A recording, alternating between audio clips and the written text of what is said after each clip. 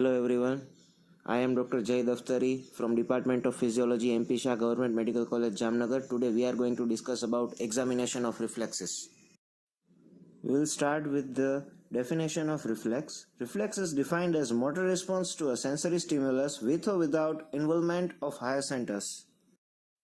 In humans, reflex is elicited by reflex arc that consists of receptor organ, afferent pathway, center, efferent pathway, and effector organ.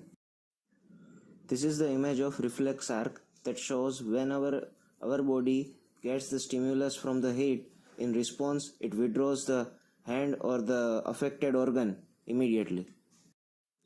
Now we will dive into types of reflexes. It is based on synapses, based on segment getting involved, and clinical evaluation.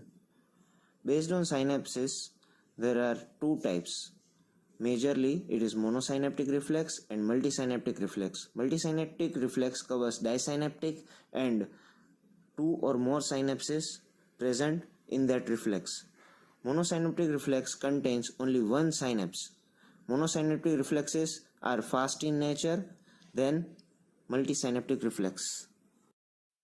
Based on segment involved in a reflex arc, there are three types: segmental, intersegmental, and suprasegmental.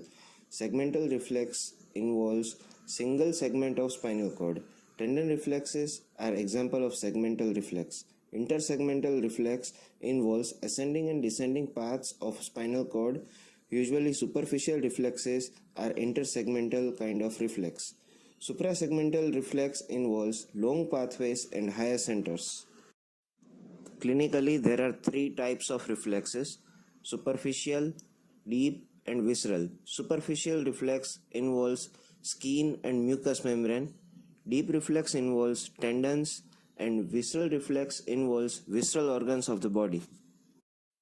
After discussing definition and types of reflexes, now we will discuss about elicitation of reflex. There are four components of elicitation.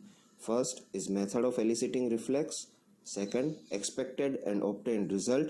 Third, afferent and efferent path and concerned center. Fourth, clinical significance. Before discussing further about reflexes, we must know this instrument. It is clinical hammer. Clinical hammer has a rubber piece, handle, pointer, nylon brush. Rubber piece has pointed end and broad end. Both ends are used for deep tendon reflexes elicitation. Pointer is used for superficial reflexes like plantar reflex and abdominal reflex. This is the image of Gendrasix maneuver, also known as reinforcement technique. In this technique, you ask the subject to clench his teeth, squeeze thigh, lock fingers, and pull fingers against one another. This maneuver helps in diverting subject's mind. Not only diverting, it will put stretch on the muscle spindle. This will elongate the muscle fibers and you will obtain the expected response. If subject's mind is not diverted and focused on the part you are going to perform or elicit, it will diminish your result. In the examination of reflex, we will first start with the superficial reflex. There are two types: superficial cranial reflex and superficial spinal reflex. Superficial cranial reflex involves corneal reflex, conjunctival reflex, and ciliospinal reflex. Corneal reflex is also known as blink reflex. Method of elicitation: you have to take wisp of cotton, stand on the side of the patient, gently touch the cornea, ask the subject to focus on any faraway object so that complete eyelids will be opened. When you will touch the wisp of cotton at the cornea, you will see the blink of eye. Sensation will be carried out via trigeminal nerve and response will be elicited as a blink via help of orbicularis oculi, which is supplied by facial nerve. Clinical significance of this reflex: this reflex is usually absent in brain stroke and deep coma.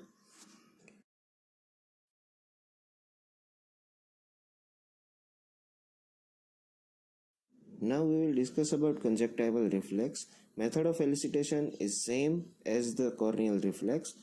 You have to stand on the side of patient or subject, take the wisp of cotton and touch at the conjunctiva, not cornea. You will obtain blink of eye as a result. Sensation is carried via trigeminal nerve and response is elicited via facial nerve. Now we will discuss about ciliospinal reflex. You have to stand on the side of the subject and pinch on the back of the neck and you will see the dilation of pupil. Ciliospinal reflex is absent in Horner's syndrome.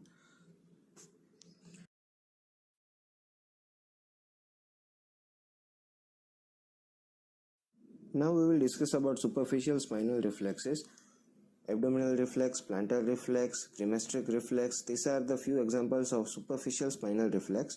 Now we will talk about abdominal reflex. Method of elicitation: ask the subject to lie down in supine position.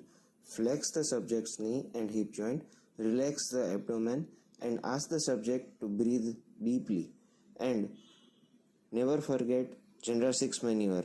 Now you have to stroke the pointer with the clinical hammer all quadrants of abdomen and from outside towards the umbilicus. You will observe contraction of abdominal muscle. Concerned segment is T7 to T12. Now we will talk about clinical significance. This reflex is absent in obesity, pregnancy, ascites, and hemiplegia.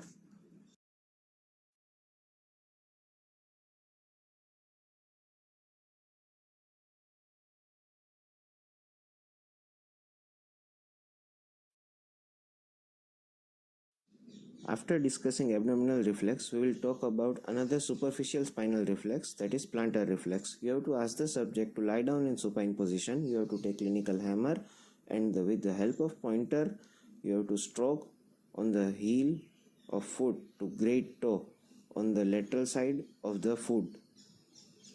Make sure subject is performing Gender 6 maneuver and your stroking speed and force is the same throughout the course. You will observe plantar flexion of great toe and adduction of other toe of foot. Spinal segment involved in this reflex is L5S1. Now we will discuss about clinical significance. Now you know the normal plantar reflex, but there is something known as abnormal plantar reflex, also known as Babinski sign. What is Babinski sign? It is dorsiflexion of great toe and fanning out of other toes. While you perform for plantar reflex, if you will observe this, your Babinski sign is positive.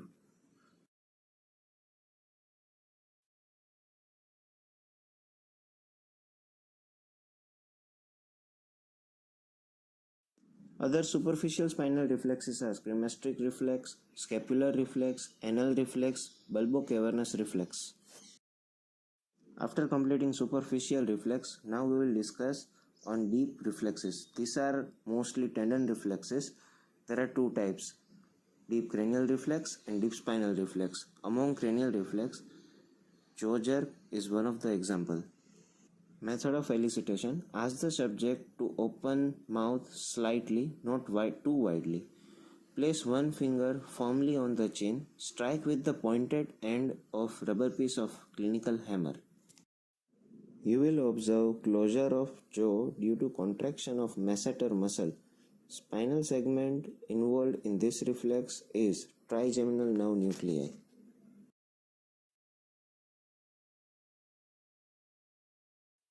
After discussing deep cranial reflex, we will discuss about deep spinal reflex: biceps jerk, triceps jerk, ankle jerk, patellar jerk. These are the example of deep spinal reflex. Now we will start with biceps jerk. Method of elicitation. This reflex can be elicited in standing, sitting, or supine position.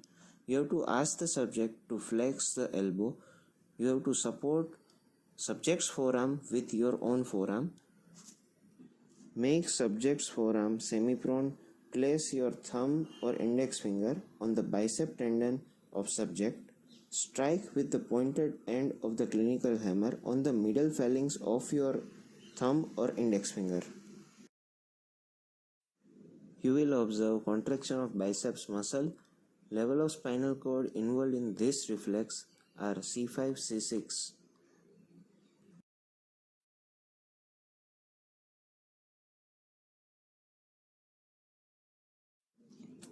Supinator jerk. Method of elicitation. Elbow has to be flexed. Subject's forearm must rest on your forearm. You have to semi-prone the subject's forearm. Now you have to tap brachioradialis muscle on the styloid process of radius with the pointed end of the clinical hammer. You will observe supination of elbow with contraction of brachioradialis. Level of spinal cord involved is C5, C6. This reflex is elicited via radial nerve.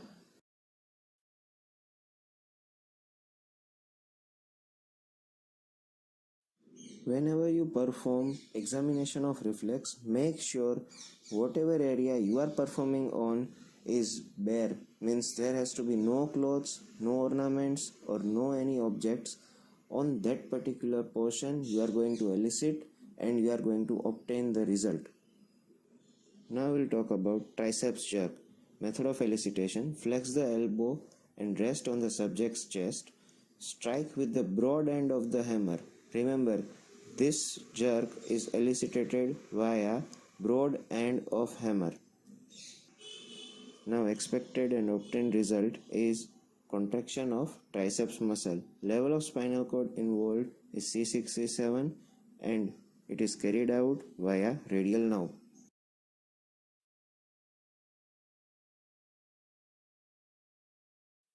Knee jerk reflex is elicited by sitting or supine position. You have to strike the patellar tendon with the pointed end of the clinical hammer. Make sure subject's leg is freely hanging in sitting or supine position. You will observe extension of knee joint. Level of spinal cord involved L2, L3 and L4. This reflex is carried out via femoral nerve. This is graphical demonstration of patellar reflex. For eliciting ankle jerk reflex, ask the subject to evert the lower limb and slightly flex. Now you have to grab the ball of foot with the one hand and slightly dorsiflex the foot. You will obtain the contraction of calf muscle as the result. Level of spinal cord involved in this reflex is S1, S2. This reflex is carried out via tibial nerve.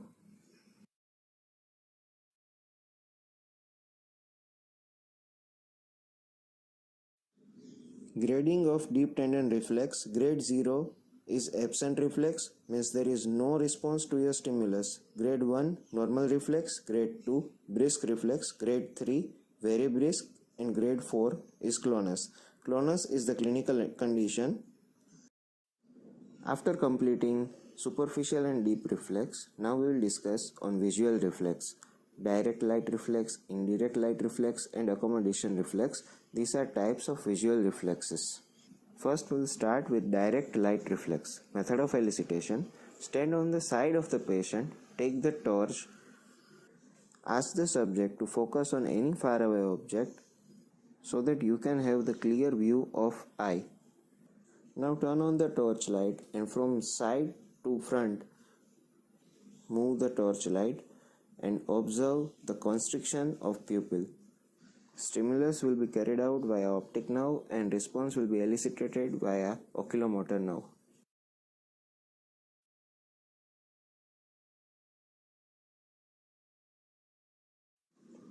Consensual light reflex is also known as indirect light reflex. Method of elicitation is same as the direct light reflex. In direct light reflex, we were observing constriction of pupil on which light is focused. But in this reflex, you will observe constriction of pupil of the other eye on which there is no light focused. Afferent and efferent pathways are same for this reflex.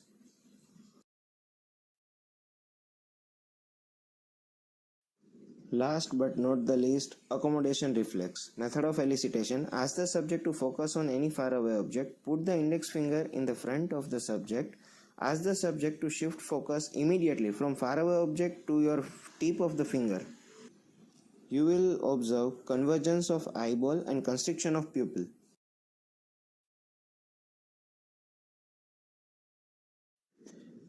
Few abnormal reflexes: Babinski sign, patellar clonus, ankle clonus.